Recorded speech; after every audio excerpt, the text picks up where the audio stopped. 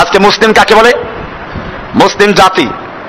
আজকে খাজা বাবা, গাজা বাবা, ল্যাংটা বাবা, পীর বাবা, দরগাওয়ালা, দুর্গাওয়ালা, গাউসুল আজম, খাজা বক্স, গঞ্জে বক্স, আতা বক্স, বান্দা নওয়াজ, গরিব নওয়াজ, এই সব টাইটেল গুলো দিয়ে মানুষদেরকে, পীর বুজুর্গদেরকে আল্লাহর আসনে বসিয়েছে। কারণ এই প্রত্যেকটা কাজ আল্লাহর। কার কাজ? আল্লাহর কাজ। আপনারা জানেন আমাদের এই দেশে মহাখালীতে একটা মসজিদ আছে, গাউসুল আজম বড় পীর আব্দুল কাদের জিলানী মসজিদ। আপনি চিন্তা করেন না গাউস মানে কি? গাউস অর্থ কি? বিপদে সাহায্যকারী। গাফা ইউগিসে গাফাতান, বিপদে উদ্ধারকারী, বিপদে সাহায্যকারী। আল আজম মানে সবচেয়ে বড়। আর অর্থ দ্বারা এই সবচেয়ে বড় বিপদে সাহায্যকারী। সে কে? না কোনো মানুষ। তাহলে মানুষকে যদি কেউ গাউসুল আজম বিশ্বাস করে, সে ব্যক্তির সঙ্গে সঙ্গে মুশরিক হয়ে যায়। বান্দা নওয়াজ, গরিব নওয়াজ, খাজা গরিবে নওয়াজ বলে না? গরিব নওয়াজ অর্থ কি? ফার্সি শব্দগুলো আপনার অর্থ জানেন না। গরিবে নওয়াজ মানে যে গরিবকে, অসহায়কে যিনি দান করেন, দান করা মালিককে, না কোনো মানুষ। এইভাবে আজকে বহু ইলা এবং বহু রবের ইবাদত চলছে।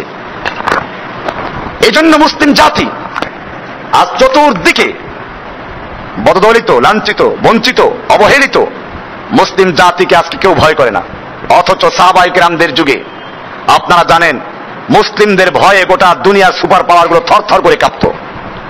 কেন? আল্লাহ তাআলা কোরআনে বলেছেন, ওয়ালা তাহিনু ওয়ালা তাহজানু ওয়া আনতুমুল আ'লাউনা ইন কুনতুম মুমিনিন। খবরদার, তোমাদের কোনো ভয় নেই, তোমাদের কোনো চিন্তা নেই, তোমরাই থাকবে উচ্চ আসনে।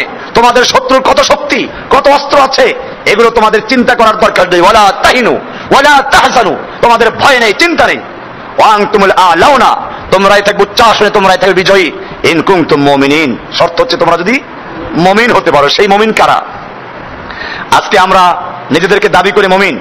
কোরআনের সূরা বাকারা 8 নম্বর আয়াতে আল্লাহ বলছেন, ওয়ামিনান নাসি মান ইয়াকুলু আমান্না বিল্লাহি, মানুষের মধ্যে অনেক মানুষ আছে এরকম যারা বলে আমরা আল্লাহকে বিশ্বাস করি, ওয়াবিল ইয়াউমিল আখির, আমরা পরকালেও বিশ্বাস করি, আমরা পাক্কা মুমিন।